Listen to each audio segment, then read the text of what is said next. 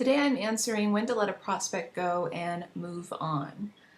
I genuinely believe, again, I've had over a decade of experience, probably more like a decade and a half, and that's 15 years. So I genuinely believe you never really let a prospect go and move on um, until they're ready to be let go.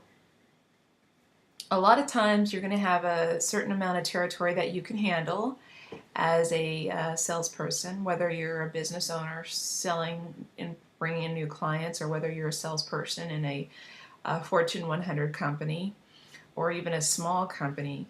You probably have a certain amount of territory that is yours to handle. You probably have a certain amount of accounts that you've designated to yourself if you own your own business, or that was designated to you if you work for a company, regardless of the size of the company. And I think that if you manage your time well, the reality is you will have time to spend with each and every prospect if you and give them all a chance to get to know you and what you have to offer as a service or a product. And when I say get to know you, I don't really mean get to know you so much as get a chance to know your product and service. And I think that you should spend as much time with them as they will allow you to make sure that they thoroughly understand the product or service, what all comes with it, the benefits, the pros, if they want to know, do I get ABC with it, and they don't because your company doesn't offer it at this time, or your company cannot offer it, then just tell them no. It doesn't come along. ABC does not come along with it. So disclosure. I think that it's very important to give each and every prospect a chance and to go at their pace. That's part of sales, by the way. Not pacing them according to your pace, but pacing yourself according to their pace. They talk about the breathing pattern and imitating the breathing pattern of the prospect or your current client. Imitating if you're face to face, imitating the body movements. It's called mirroring. It's where if they sit a certain way, you sit that way too. If they do this, you do it too. There's subliminal types of messaging that when you imitate their body movements or their breathing patterns, or if you really slow down and take your time, because this is how the prospect talks when they're over the phone or in person. Also, don't take an incoming call if you're on a call with somebody. Keep on the call you're on and keep with the prospect you're talking to.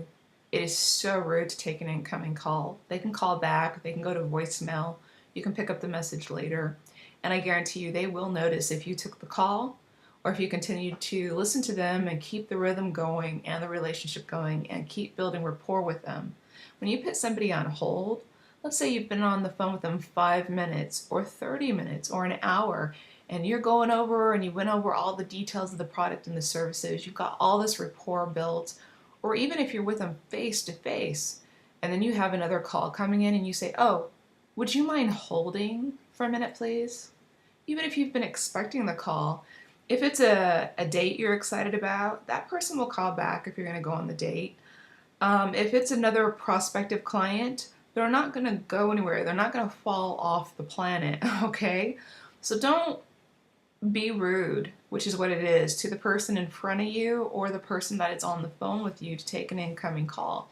Even if it's to close another sale that you're guaranteed to close. The only time you do something like that is if the person on the phone, you have no idea what's going to happen. You have a deadline to close everything by 5 o'clock. Literally, you're up against a wall. And the person calling in is calling to finalize something with you to close out a sale. It's only when you're absolutely up against a wall do you ever take another incoming call. Otherwise, don't ever do it. It's rude and it's unnecessary.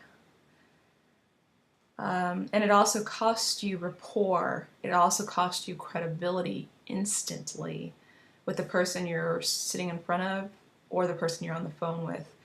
So basically, when do you let go of the prospect and move on to the next person? When you're done having a full conversation with the prospect, whether you close them into a sale or whether the relationship ends and they end up going their own way without ever buying from you. Um, it also builds rapport for the next year. They may come around and you may not get them. One of your coworkers may get them, but they may be able to easily sell them because you had spent so much time with the prospect the year before detailing out the benefits of your services and or product. So sometimes it's not this year that the company benefits, but then the following year. And it may not be you that gets the sale.